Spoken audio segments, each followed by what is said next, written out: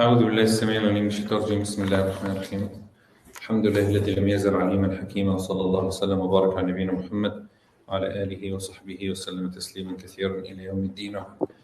Let's continue inshallah with our poetry, and we're going to skip a lot today and we're going to go fast on some things that it's not going to be relevant to a lot of people, especially if you don't have Arabic grammar studied. So we're going to run through it quickly inshallah. If you didn't understand it or you have a hard time understanding it, it's completely fine inshallah, because it's related to grammar, not really related to the legal max itself. So we are at line, anybody?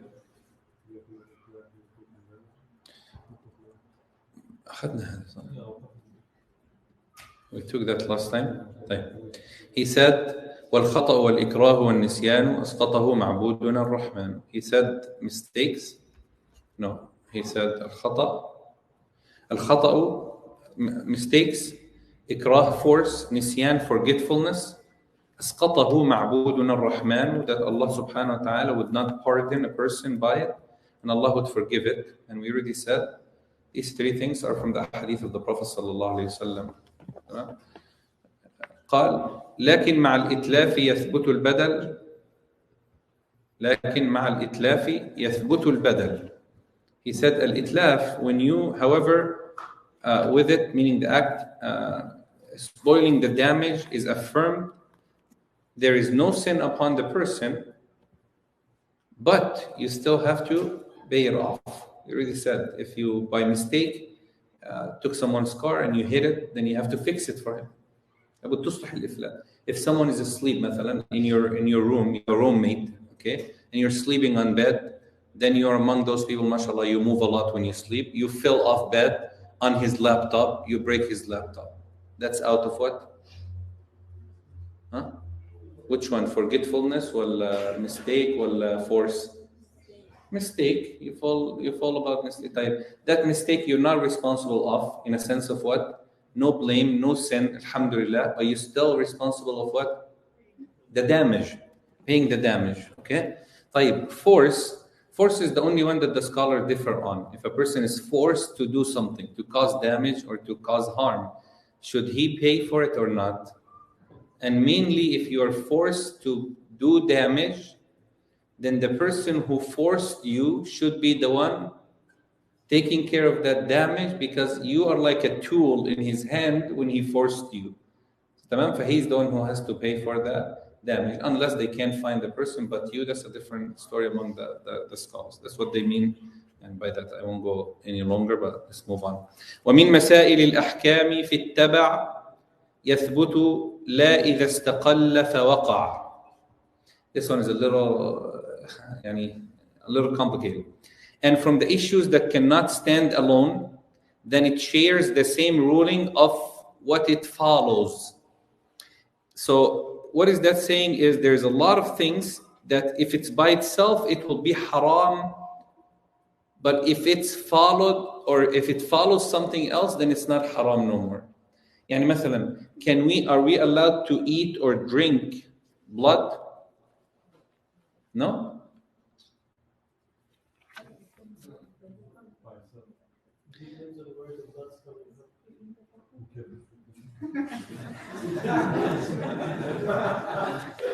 Never heard that in my life. But we are only allowed to eat two types of blood, which is liver and spleen. The Al-Qawa'd wal-Tuhal, that's different. Liver is all blood, but we're allowed to eat it. Okay, but I'm talking about blood that's in the meat, that's in the veins of an animal, that is permissible to eat. Are we allowed to eat it or drink it? لا. دما مسفوحا أو لحم خنزير. We're not allowed to. When you go to a store, forget which store right now, you go to a restaurant, they cook a steak for you. Some of you guys like it medium well or even rare. I don't know how you eat it, but that's your problem, no problem. I like it well done that I can't see. But sometimes when you get it rare or medium, you still see what? Blood. So is that blood now permissible to eat? Yes, because it's a following. It follows. It's part of the thing, not by itself. So when it follows something, then it takes the rules of that. Okay, it's a little bit, and It's following. But by itself, if somebody gives you a cup of blood from a goat that they slaughter, you cannot drink it. It's haram. So how could you eat the meat that has blood, still blood in the veins of an animal that is in the meat? هذا يقولون إيش؟ ما لا يثبت. يعني some of the ulama, they say التابع تابع. Okay, whatever you follow or whatever follows or whatever you have follows the same ruling of what it follows. So you could, مثلا, let's be relevant to something that is more clear here. Are we allowed to eat worms? By itself, no. You know, السوس, الدود هذا الصغير, we're not allowed to. طيب, what if somebody ate dates and it has little worms? That's fine. إنه هذا يتبع الإيه؟ هذا تابع الآن. It's okay to eat it in that case. Like dates sometimes have these little worms, very small. It's very hard to actually avoid. And some people, they live on dates. Like this is what they almost eat every day. فهذا يقول التابع تابع. Now, because it follows, it's not by itself. That we could apply to what today? No, so the sister's not here today. Oh, what's her name? Sister, she's not here. Gelatin in cheese. Enzyme in meat. Enzyme in cheese. Same ruling. Enzyme, even if it's a pork enzyme, by itself, you're not allowed to eat. Now, إذا دخلت في الجبن, if it's added to cheese, طبعا they don't add enzyme as 10% of that. It's 0.001 or something like that. Now, this enzyme added to the cheese follows what? The cheese. It's no longer by itself. If it's by itself, it's haram consensus. Somebody told you, this is a piece of pork, I cooked it well for you. You will say what? No. But this is enzyme that is taken, even if it's affirmed that is taken as a percentage, and they do a very small percentage. The Sahaba of the Prophet ﷺ, they used to eat the cheese that is done by the Majus, and the Majus are the worshippers of fire. And their maita is haram for us to eat. Even if they slaughter, it's haram for us to eat worshippers of fire's meat. It's haram. Majus you can't eat their meat. Only Christians and Jews, you could eat their meat. So Rasulullah, and it had a smell too. The cheese had smell. That means they were adding some substance into it. The Sahaba, they ate it. Why did they eat it? Because if it's by itself, whatever they added, the substance by itself might be what? Haram or not permissible. Now when it's added with a small shay yasir, you have to be very careful. Enzyme in cheese is look at it will be 0.000001. But they say enzyme there. We don't know which enzyme is it. Is it meat? Is it beef? Is it okay? Now they say at-tabi'u tabi'a. It takes the presence or the ruling of what it follows. So if it's cheese, are we allowed to eat cheese or not? Yes, then you're allowed to eat that. Now chips, those chips that has enzyme, same ruling, the same ruling. That's why we're not supposed to do it. We're not supposed to investigate. Seriously, we're not. We're not supposed to call I told you about the sister, mashallah, we had. No, we're not supposed to get every bag of chips or candy and call the company the 800 number and wait for them to send us a confirmation after 10 years, and then they tell you, sorry, we don't know what is it at the end. They don't know. They really don't know much. So it's very hard to prevent or to avoid, and it could follow that rule that it's permissible, or a tabi'u is permissible because it is by itself. Okay, that's what it means. This is what rule means. Yes.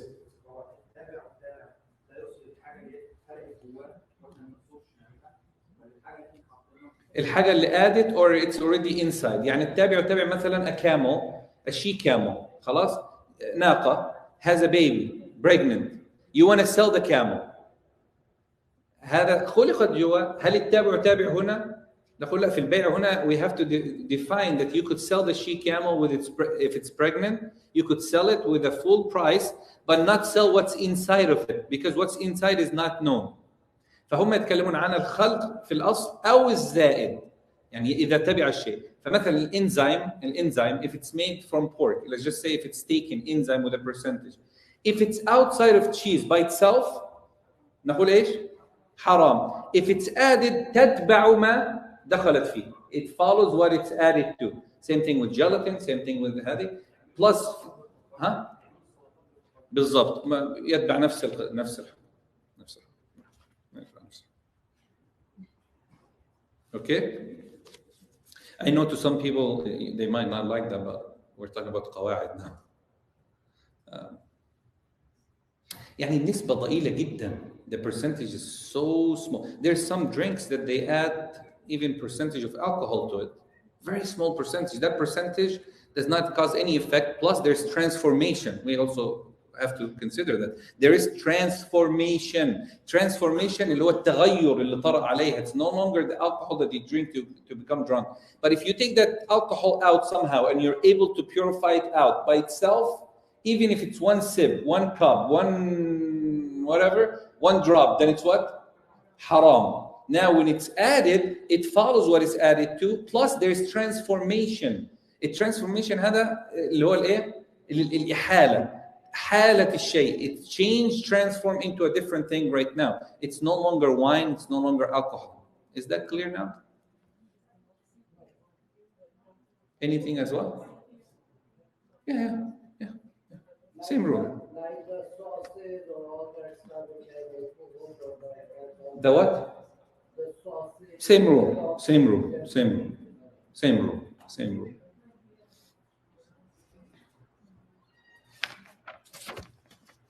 طيب, there's a rule related to that inshallah. يقولون من ملك شيئا ملك ما هو من ضروراته تبعا لهذه القاعدة. Whoever owns something, then he owns what it comes with it. يتتبع. مثلا, when you own a building, okay, you go and buy a building. This building is yours. So what is it that you really own? I know you guys are not going to own a building in your life. You will, inshallah, one day when you become rich, inshallah. Just give me a flat there. Okay, when you own a building, what do you own in a building? The entire building and everything is above it. So if you want to go 20 floors, nobody is going to say, you can go higher than... Why? Come on, permits is the city permit. I'm not going to... Nobody could tell you how high or... How, and then you own also what? The land that comes with it. Okay, is that clear now? الهواء والأرض هذا تبع لك. Somebody sells you a flat, مثلا an apartment, and he tells you you're not allowed to touch the windows or the doors. Why? التابع تابع. Whatever I buy, it's all mine. You buy a car. What do you own when you buy a car? Everything about this car. So nobody could tell you, oh, you're allowed to do everything, but don't use the trunk. Like, what do you mean don't use the trunk? The trunk is mine because everything that comes with it comes. This is very. In Egypt, for example, we have something called share of ownership. Share of ownership is when you go buy a flat or an apartment in a building, and let's say 10 floors, مثلا, okay, 10 floors. You bought one floor, so the owner of the land will tell you the share of the land is divided among all 10 of you. So you share 1 of 10 of the land. Like, what if he says, I'm selling you the flat, but not the land? Is that allowed? Yes. In that case, yes. Because your share is only the apartment that you buy, not the land. So if this building falls, okay, he could say, give me my land back. You have nothing and you get no problem. But if he tells you, I'm selling you the entire piece of building, the whole building, and you get a share in the land, then the land is your share. So if anything goes wrong, let's say they decided all 10 people to sell this building and go buy somewhere else. Now, when they sell the building, $10,000, you get your share of 1 out of 10. ماشي اللي هم بيسموها الايه؟ اتحاد الملاك وهذه these rulings. تمام؟ طيب, I don't want to go deep into that one, but let's move on inshallah with the next one. والله أنا كان بدي أروح أجيب الكوك الآن. ما شاء الله. تسلم. طيب, والعرف, let's take number 28 because this one we will use it more in our life. والعرف, and this is the day today. والعرف معمول به إذا ورد حكم من الشرع الشريف لم يحد. يقول والعرف, هذا بيسموه العلماء العادة محكمة. Okay, العادة محكمة means that the custom is a source of law.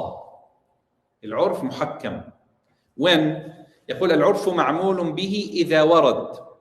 Now, we use the عرف when it comes to a specified ruling.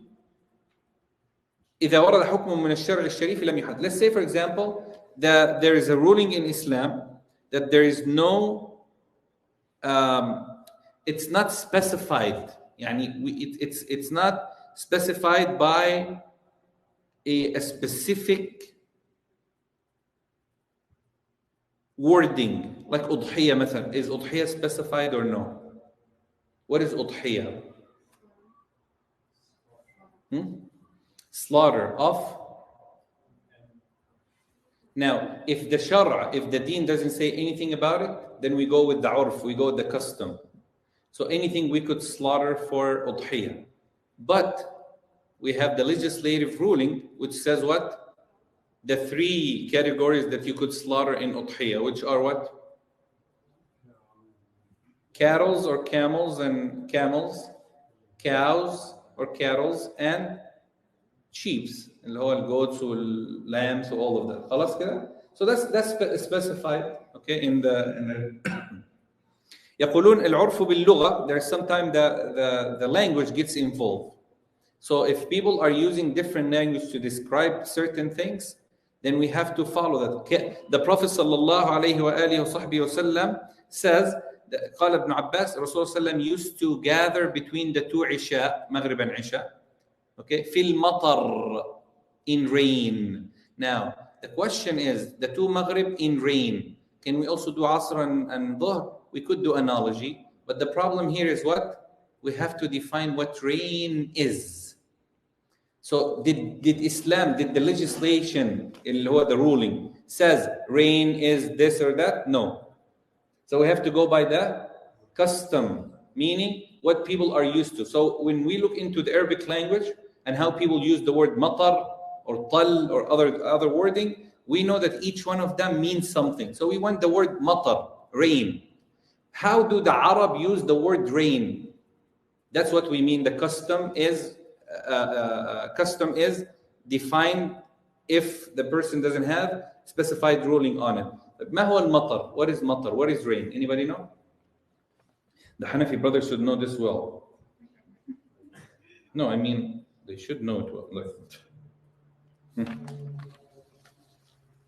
Urf, we have to look at the urf. Rain. The word matar in the hadith is water that wets your clothes entirely.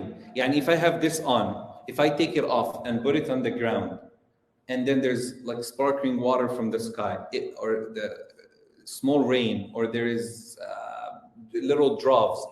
The drops that comes down, we have to look at the thobe. If it all got wet, that's rain. If part of it got wet only, there's little drops here and there, that's not rain. So when do we combine salah then?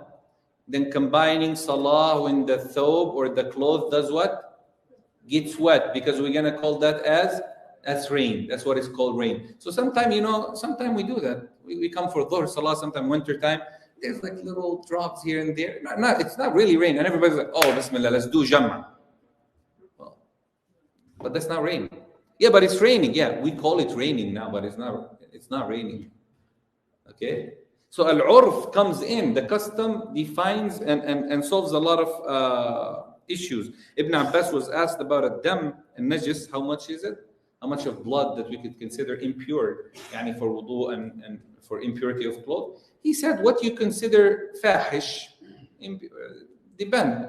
So a lot of people will tell you it's like the size of a coin, more than that. It's what you consider as much. When we say, for example, there is a hadith of Hind radiallahu anha wardaha. She was married to Abu Sufyan, and Abu Sufyan was a little,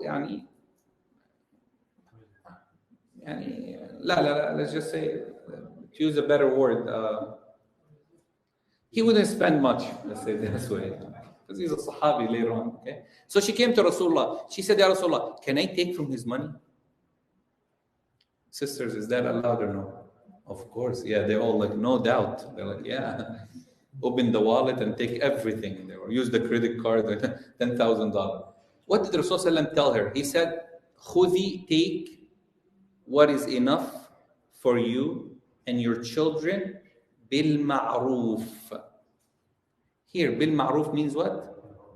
Al-urf, what is people know. So if your husband has $10,000 in the wallet, for some reason he's carrying that, what is known to be the spending of a month here? A woman needs how much to spend on her house, مثلا. Say مثلا 1,000, okay? She cannot take 2,000. If her house needs 2,000, she cannot take 5,000. You understand? So she takes what's known to be enough. So somebody will say, what is enough? The custom here defines it. What do people are used to? And this is not a call for sisters to steal from their husband. That's not called stealing. إنما الطاعة بالمعروف. Okay? So, now. They go to a judge. They go to a judge, and the judge of like a court. The court system will say, مثلا, when it comes to divorce, they follow the urf.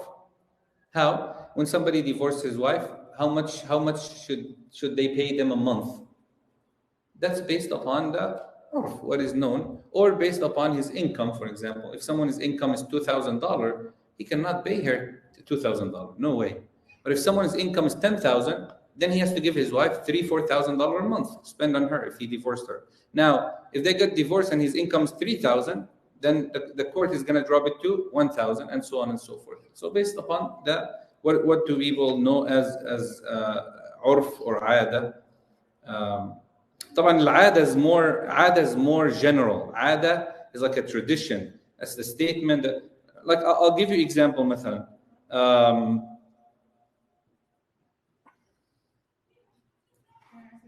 No. What about like if someone dies and the girl takes the jewelry of her mother? Like if that's like agreed upon. No, you can't, because that contradicts the legislation. لأنه العرف لابد إنه لا يخالف الشرع. Customs cannot contradict religion. So if the urf, the person dies and his daughter takes the gold, or her daughter takes the gold, that's haram. This gold has to be, it's inheritance. And even if she put a wasiyya, لا وصية لوارث, you cannot give an inheritance, you cannot give a wasiyya will to a person who inherit. فهذا العرف لا يكون حرام. لو تعارفنا مثلا, if everybody says in Davis we're going to drink alcohol, can we say this is a custom? I would say this custom contradicts the religion. If it does contradict, يبقى لا عرف. العادة هنا ليست محكمة. If she wants to give her gold, she has to give her gold when she is alive and healthy. Okay, to her daughter, and she says, "ملكتك هذا." This is yours, and you have full ownership of it. Ownership, because we have in Egypt another problem. A woman doesn't want to give her other daughters gold, so she gives her oldest daughter the gold, and she tells her, "Keep this with you. And if I die, of course, it's yours." In reality, when she's alive, if this daughter wants to sell some of that gold, the mother is going to say no. So that's not ownership. When you give it to her, you have to give it to her with what? Full ownership. So if this daughter, let's say, مثلا, she needs to buy a car, can she sell the gold? Yeah. If a mother has $10,000 gold, she wants to give it to one of the daughters and not the other two, مثلا. Then she gives her daughter, she said, "Here is the gold for you. So now it's going to be yours now and when I die. So the other two don't get anything." She can do that. But we say the condition is what? That this daughter has to have full ownership. Meaning what?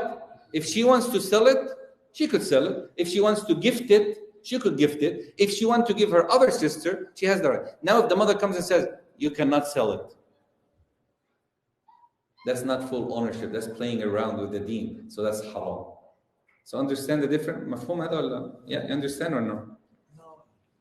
Yeah? Okay. No. Is it the same for a father giving a piece of land or a property to one of the child? Is it the same that they... In his life? In his life. Yes. Yeah. But being fair or unfair, that's a different story. It's between him and Allah. But if he gives his son this piece of land and not the other two or three, this is not fair for whatever reason. Okay? But this son, is it his land? Of course. He could do whatever he wants with it. فإت's his. ماشي؟ الله عز وجل يقول خذ العفو وأمر بالعرف.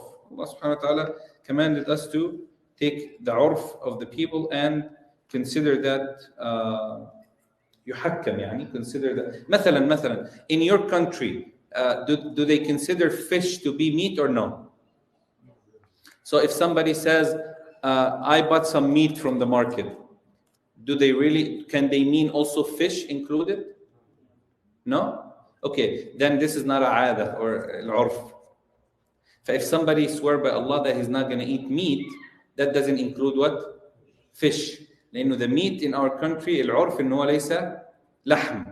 Allah عز وجل يقول لحما طريا. Allah called it لحم, meat. So if your country is used to using the word meat to refer to fish too, okay, they tell you, oh, you want to know, there's a good meat market. You go there, you find what?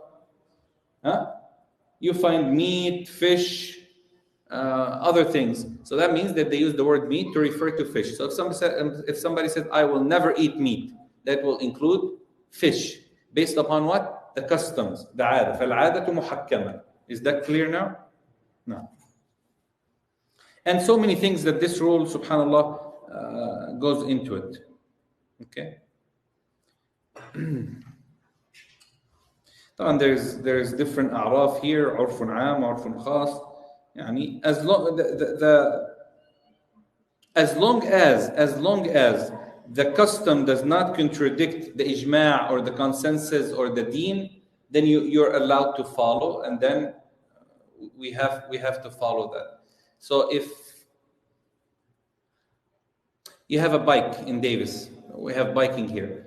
If it's known that we use certain terminology to refer to giving you my bike as a gift, let's just say, I don't know what word can we use. What's a good word to use? مثلا you say what? Like in Egypt, there's a lot of these. I know that even the bus stops in Egypt and certain places, they have أعراف. العرف هنا means يعني مثلا you want to travel from Davis to Woodland, okay? So Woodland will be Woodland. I don't know. Some dimension. So you get into the bus takes you to Dixon. هذا عرف. ما هو people know that this sign here means what? Woodland. So if you went against the sign, you're going against the urf. So the urf of the people has to be respected and followed as long as it doesn't contradict what? The Sharia. So if everybody agrees that interest is halal, خلاص. Sorry guys, Davis, no more. Everybody in Davis says interest is halal. Can we consider that as custom? Urf? Why not? It contradicts the clear, defined Sharia, so we don't even consider it to be urf. Now you go married to someone, this is very important in marriage. Okay, you go married to someone, al-urf plays a role. How much jewelry can I buy her? Not Egypt, don't go married in Egypt. Egypt is crazy when it comes to that. For a guy to get married, he has to be in his 40s, 50s, mashallah. Yeah, because you have to own a house or a flat. You have to buy her $20,000 of gold, and then you have to do a wedding, which is another $20,000. That's urf. That's the urf. So how much gold should I offer based upon the urf? But if the urf is not known, based upon the closest marriage in her family. So you wanna, if her cousin Muslim got married and someone bought her $10,000 gold, her other got married $10,000, then the urf is what? 10,000. You cannot come say, Taqullah, guys, this is haram. Don't marry from this family. Go marry from other family, because this is the urf. This is the known custom that is agreed upon to defend. So as long as the urf does not contradict, as long as the custom does not contradict the legislation or the Sharia, then it is considered and it should be used and respected. Okay? طيب. Next, Bismillah. ومن مسائل what is it? معاجل المحظور قبل أوانه قد باء بالخسران مع حرمانه. This قاعدة is very so far the custom is considered in the legislative ruling. That's one of the 5 main qawa'id. Do you remember the first one was what? Intention. All actions are by intention. Number 2 was benefits and harms, scale of benefit and harm. Number 3, hardship brings ease. Number 4, certainty cannot be removed by doubts. Number 5, the custom is a source of the legislation rule. These are the 5 main qawa'id. We're done. These are the 5 that they agree. All the scholars agree upon this one. Okay. The rest that is coming is all branched of those ones now. So he said here, وَعَاجِلُ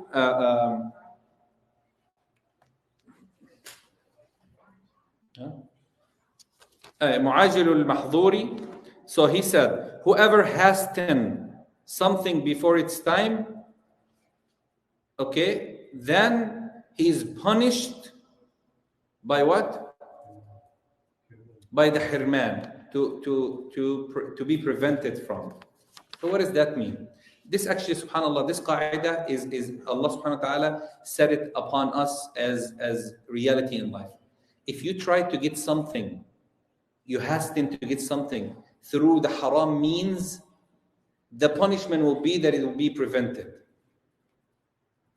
مثلا, and this is the case طبعا in dunya and akhirah. Okay, مثلا if you drink alcohol in this life, the punishment in akhirah is what? You'll be prevented from drinking wine of Jannah. من عاجل بشيء من المحظور. If a person طبعا there's a beautiful statement of the Imma.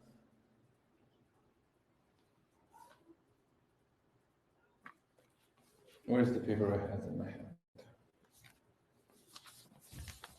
If a person من استعجل شيئا قبل أوانه عوقب بحرمانه. This is the fundamental. من استعجل شيئا قبل أوانه. Whoever hastens with something before its time, عوقب بحرمانه. Okay, الأمور بمقاصدها. This is under the rule that you gain the matters by, or the means leads to the. Remember we talked about this. The means leads to the objectives. Yeah. So if somebody kills his father or his mother to inherit, what did they do here? They hasten to get the money by what? By killing, which is haram, forbidden. So if a person tries to get something that is forbidden upon him to get, and he hastens to get it through forbidden means, he will be prevented from it in this dunya and akhirah. That's what it means. So what's the ruling if someone kills his father? They don't inherit. Even some of our scholars, they said, even if it's by mistake. Why? And if someone intentionally, مثلا his father is a millionaire. He knows, and he's the only son. He knows if his father dies, he will be a millionaire. But the only way for him to be a millionaire is to do what? His father died, because that's a condition. The only way to inherit is the death of the person, a firm death. So what does he do? He goes and he kills his father to inherit. Our religion does what? Prevents him. The punishment is he's prevented from inheritance. Now, some scholars says even if it's by mistake, yes, because even by mistake, because it will open up the door. Somebody's going to go, oh, I killed him by mistake, I'm sorry. So even to block the means of that, some of the scholars says, even if the killing is by mistake, this person should be prevented from inheritance. Okay? So whoever hasten by something in this life, or to gain something in this life before its time, then this person will be prevented from it. So remember what we said last time? I don't know if you remember that. I told you about someone who divorced his wife when he's sick. What did we say?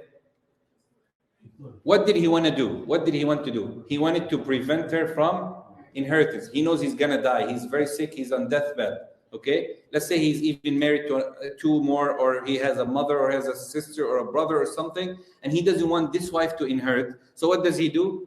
He divorces her. Now, the religion says he tried to hasten what? Haram. He tried to prevent her from inheritance. So the punishment is what? That he is prevented from what he did. So the divorce doesn't fall. So that's why Rasulullah ﷺ said, do not do, because when you hasten with the haram, you might get it. You might get, it's a faster way.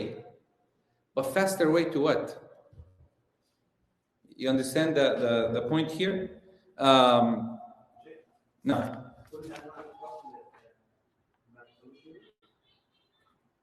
كل أنواع القتل إيش؟ إيه إلا الأب لابنه. مش هذا حكم ثاني بس حكم ثاني خالص. كيف القتل بحق يعني؟ في قضية مشهورة كده إنه قتل أخوه عشان شافه قاتل مع ماشي بس هذا ماشي أنا بتكلم فيها بعد هذه قصة ثانية.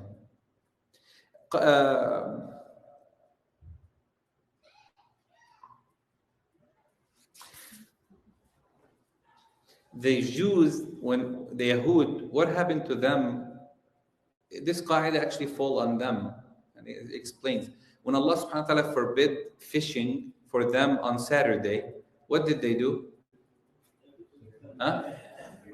They did the blocking on Friday and they collected the fish on Sunday. So what did they do here? They hastened to get to the haram through means. So Allah subhanahu wa ta'ala punished them by preventing them from using the fish that they got, they benefited because they tried to hasten something haram through a mean. In all our life is like that. That's why we shouldn't get something from the haram means, because it is going to be a punishment in this life to be prevented from it, or to punish in, like alcohol, as we said, wine. If someone wants to drink wine so much and they drink wine, they are prevented from drinking in the day of judgment.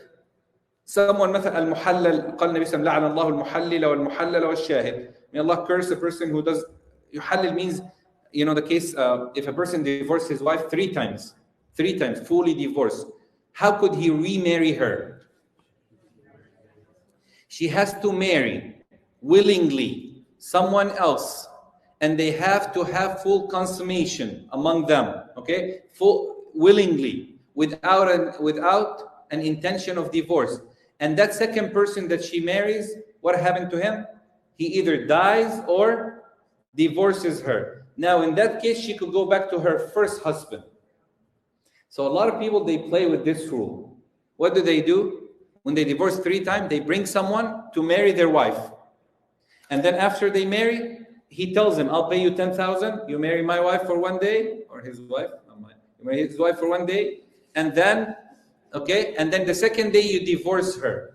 The Prophet ﷺ, he cursed the one who does that and the person who gets married. Both are cursed. And they're witness for this contract. Why? This person is trying to hasten with the haram to get his wife back through haram mean. So the punishment is what? It's still haram. She's still forbidden for him to marry. So anyone who tries to get, subhanAllah, this actually happened to an older woman. She told me her story, rahimahullah, she died. She said she was married, she was 18 years old, and she got married to a man who's in his 50s. Of our time, it's a big gap. I'm not talking about Rasulullah's time, we're talking about our time. So when she got married, life was very complicated, big age difference, and she doesn't know him and things like that. So he divorced her 3 times, fights and so on. And then he brought her a 21-year-old guy, very poor in their city, and he told him, I'll give you 20,000, you marry her for 1 night, okay? And tomorrow morning you divorce her. It's full marriage, witness, wedding, everything, but tomorrow you're gonna force her. I said, okay. They got married, they went home together. Wallahi, she told me the story herself. When they got home together, mashallah, 20-year-old, 18-year-old, they got along well. Okay, they're talking, laughing that night. So this one night went very well. The guy came second day, he's knocking on the door. Nobody opened the door for him. Okay, knock, nothing happened. He left, he came back Maghrib time, no one opened for the door. 2 days, 3 days, 4 days, maybe a week or so. The guy opened up, he said, yes. He said, where are you guys at? We were doing our honeymoon. What do you mean honeymoon? We already agreed that you... He's like, I'm sorry, I went back. We like each other now and we're not gonna... So the guy's like, what do you mean you're not going to do it? I didn't hire you for that. Your job was to get married and divorce so she could be what? My wife again. And he's like, Allah, I'm not going to divorce. And she said they went on fighting and talking, and he went to that. So when they went to the sheikh says that you both are cursed. The man and the one who got married, the muhallil wal muhallal, both are haram. So he told him, if you want to fix this contract, let's do it again with an intention of marriage. And he did it. And she said, we lived together for 30 years, happily ever after. The other guy, good luck. So what happened to him? He got prevented from what? From the halal, because he took it through the haram. So if you try to earn halal income through haram means, you could be prevented from the halal because of the means of the haram. That's what it means. On the other hand, when you give up the haram for the sake of Allah, Allah will do what to you? He will reward you of the halal and the best of blessing. Like there's a beautiful story in Egypt. I'll tell you 2 stories about that, because this is what we need to focus on. Try your best to please Allah and to earn the halal. And whenever you give up something for Allah, know for sure that Allah would give you better than what you have giving up, if not even more. This person in Egypt, he was a student of a sheikh. He's going home 2 days without food. He was very poor. So he's crossing by a house. In the old days, mashallah, houses in the villages were open. So he smelled, I don't know if you guys know the mahshi, grapes, stuffing grapes, you know, the Egyptian, like dolma, same. So he smelled, it was so he opened the door and he found a big plate, mashallah, and you know how they put it on the top of each other, it looks so good. So he took one and he ate it, okay, and then he's like, this is haram. So he threw it outside and he left. He got to the masjid, the sheikh saw him. The sheikh said, where you been? He said, Wallahi, I was looking for a job because I don't have anything to offer. I haven't even eaten for 2 days. He's like, you're not married? He's like, how could I even afford marriage? He said, Wallahi, there is an orphan girl in our village and her mother wants someone religious for her. And they were talking to me, let's go and talk to them. So the guy said, when we went, we found the same house. Okay, he got there anyway. The story went very quickly, mashallah. They got married and everything. Allah, same day. Khalas, everything. The sheikh told him, don't worry about it. That day it was easy. Now there's 20 years to get married. Okay. He said that night we got there, our wedding night, her mother brought the dolma, the big mahshi plate. And she said, so as soon as they placed it in front of me, he said, I started laughing. And they were like, what's wrong? You don't like? He's like, no, you don't know the story behind this. You know that this morning I ate one. She said, oh, it was you? I thought it was a cat because we know one is missing. But the sheikh told him, he said, فعلا, من ترك شيئا لله. What's the hadith?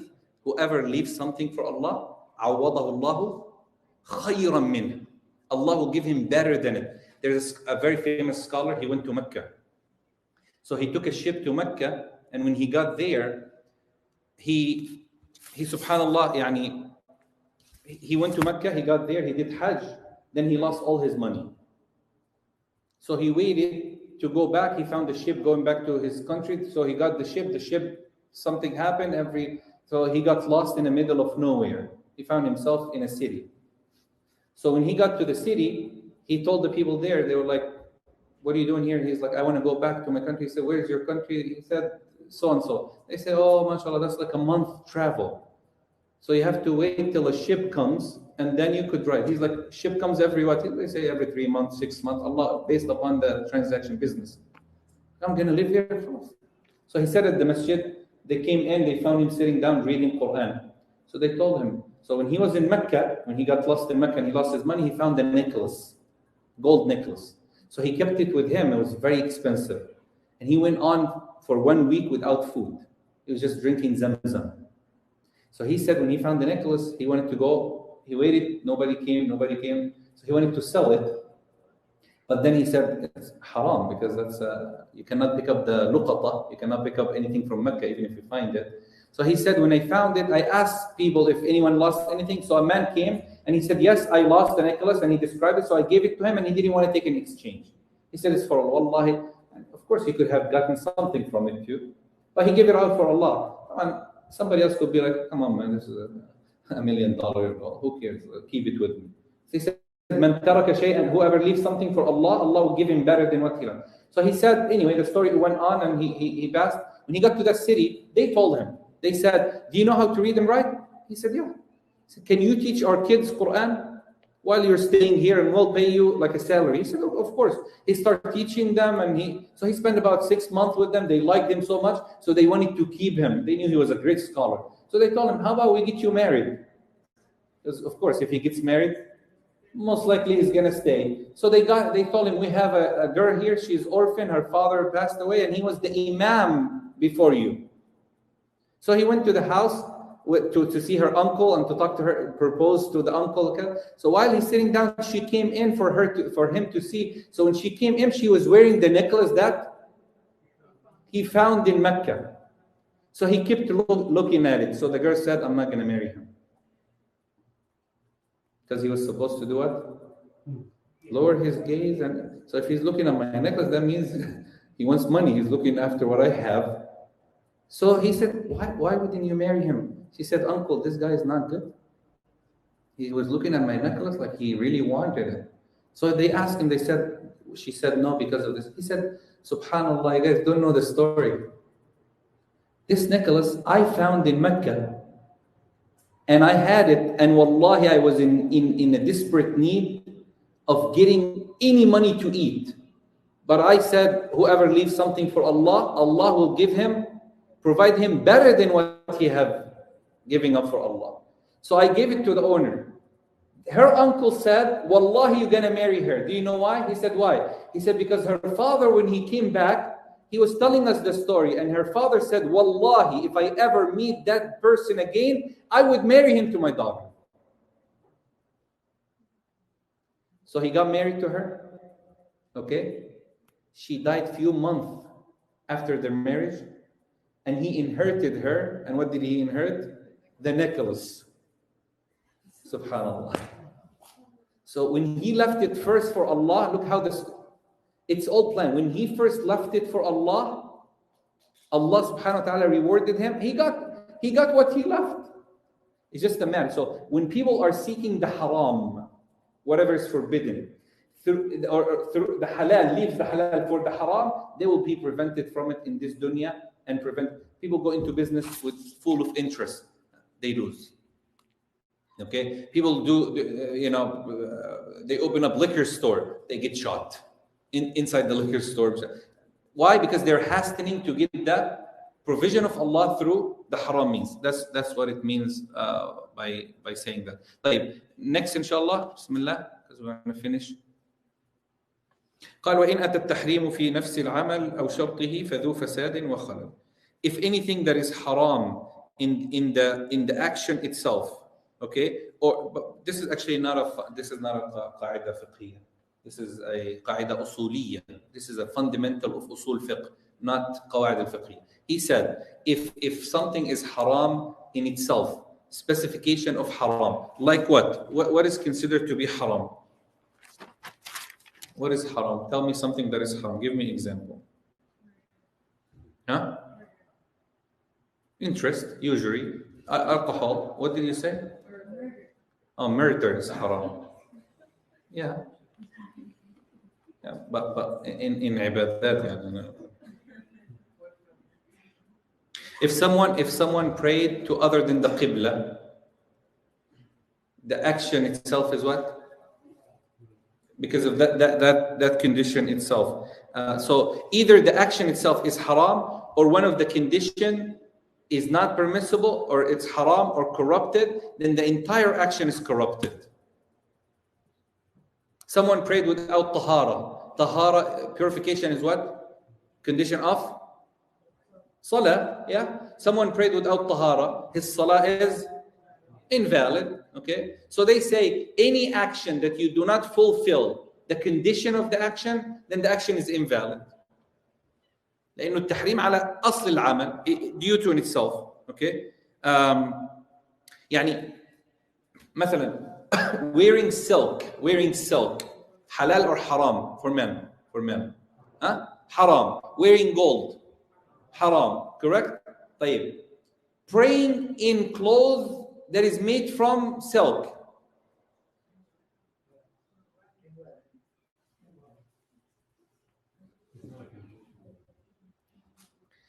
Is it a condition? Is it a condition to not wear silk in salah? No. So we will say his salah is valid and wearing silk is haram, sin. Why? Because wearing silk is not connected to the salah. It's not a condition, it's not a pillar of salah, it's not so in itself is not haram. The action itself could be valid, but it's still valid.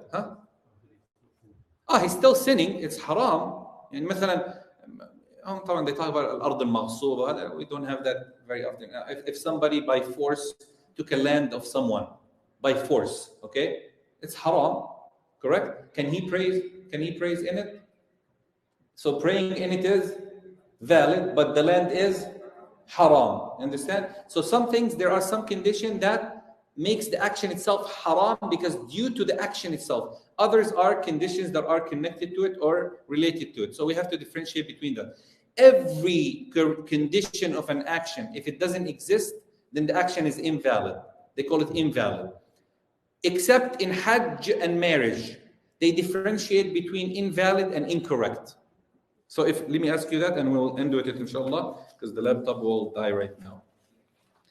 What is the difference between invalid Hajj and incorrect Hajj? طيب, if somebody prayed without wudu, his salah is what? Invalid. Can we say his salah is incorrect? Yeah. Same meaning.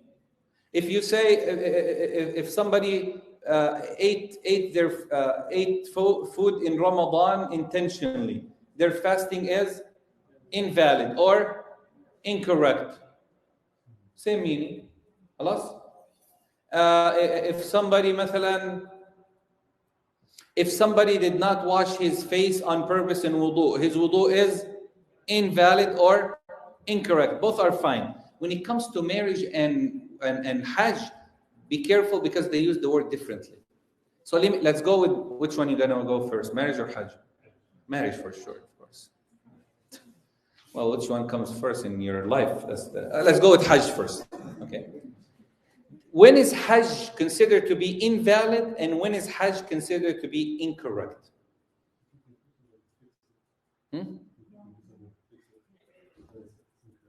Okay. Correct, but incorrect. Correct, but incorrect. A Hajj that is invalid. Invalid means you have to stop it and you cannot continue only if a person leaves Islam. يرتد. هذا الحج يسمى فاسد. Okay? But if a person does one of the محظورات of Hajj, one of the not permissible act of Hajj to do during Hajj, before he is free from the ihram, and you are free from the ihram with three things. Yeah? You know, anybody been to Hajj? What do? You throw the stones, you shave your head, you do tawaf. If you do 2 out of 3, then you're free. Okay? Except sexual intercourse. All right? So if a person does anything, let's say if a person مثلا does anything before he is free, his Hajj is what? Incorrect.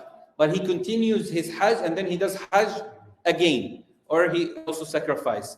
When is Hajj considered invalid? If a person leaves Islam. خلاص, circle of طيب. When is marriage invalid and incorrect? When can we say this marriage is invalid? When can we say that this marriage is incorrect? So if something wrong with the contract, we're going to call it what? Incorrect. What could be wrong with the contract? There's no witness, for example. There's no wali. Okay, so their marriage is incorrect, not invalid. The only time that the marriage is invalid is So, okay, marriage is incorrect if there's different of opinion among the scholars on something. Like some says wali is a must, some says no. So that's incorrect, marriage. But if a person, if a person marries his mother, their marriage is what? I know, not... his mother in breastfeeding, if a woman breastfed a child, okay? If a woman breastfed a child, she was 20 years old, 18 years old, she got married, she has a baby, she breastfed a baby with a baby, or not her baby. This baby now, who was 2 years old, is now 20 years old, she's 40 years old. They decided to get married. Can they marry? Yes, why not? Yeah, they could get married. But now, because she breastfed him, he became what? Haram for her. What if they didn't figure out till later, after they got married?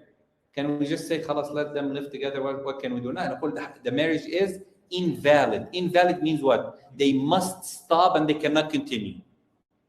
Now, what if the girl married without a guardian? How could they fix it? They just bring the guardian or his approval and they fix the marriage and they continue life together. So we don't have to separate them, okay, and tell them you have to be separated and then what?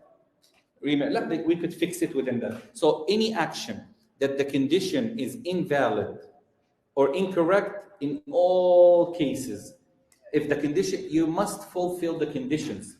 You must fulfill all the conditions. What are the conditions of salah, for example?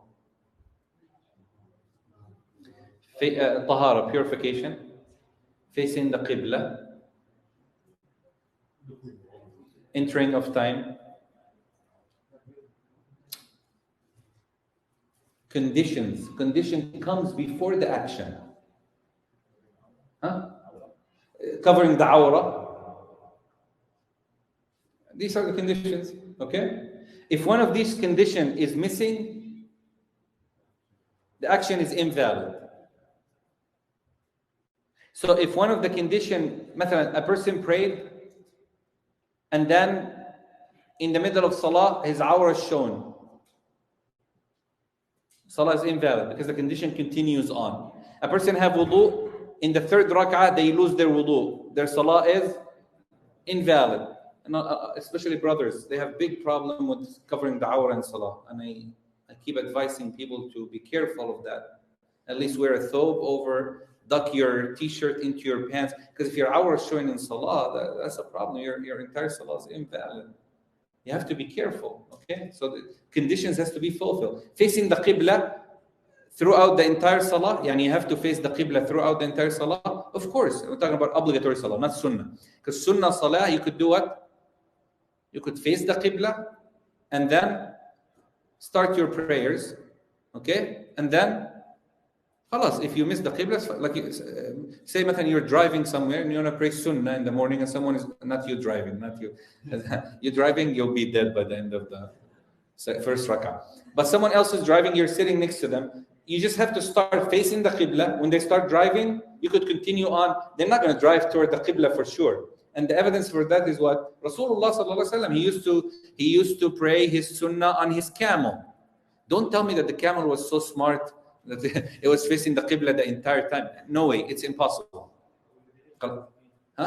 Or people who are on the ship, they just have to face the face of the qibla, as much as they can, not directly to the qibla. So if they are on the ship and they're not able to, between east and west, it depends on them. Yes. Sunnah only. I'm talking about sunnah. There's a different rule. He's not able to. I'm talking about sunnah.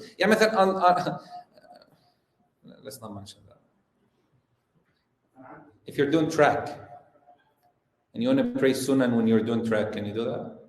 Oh, if you do analogy on maybe after the life we could talk about that. If you're doing track and isn't it the same as riding a camel? Track. You're running track.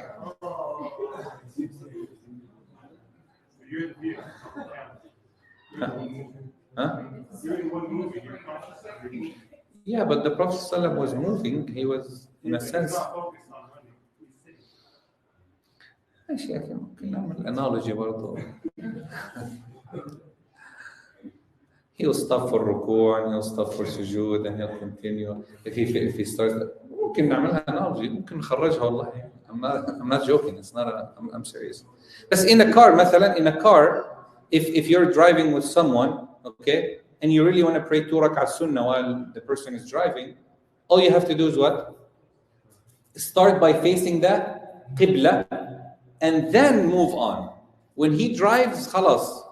After driving is fine. But you have to start what? You start facing the qibla. This is important. You start facing the qibla, then you move on. Khalas. On a plane is different. The plane is, you try your best to look for the qibla. And that's why Saudi Airlines and other, they have the qibla, and Turkish Airlines, they would show you the qibla. Accuracy, close to accuracy. You don't have to face the qibla directly. It's accuracy. But if there's a plane where you don't know the qibla, try your best. If you can't, then you pray in anyhow. We're talking about if you are able to face the qibla in a sunnah prayers, you don't have to face it the entire sunnah prayers. Okay? But there are a few things that you have to. There are a few things that you have to keep. And I'll open up to the question. Any question?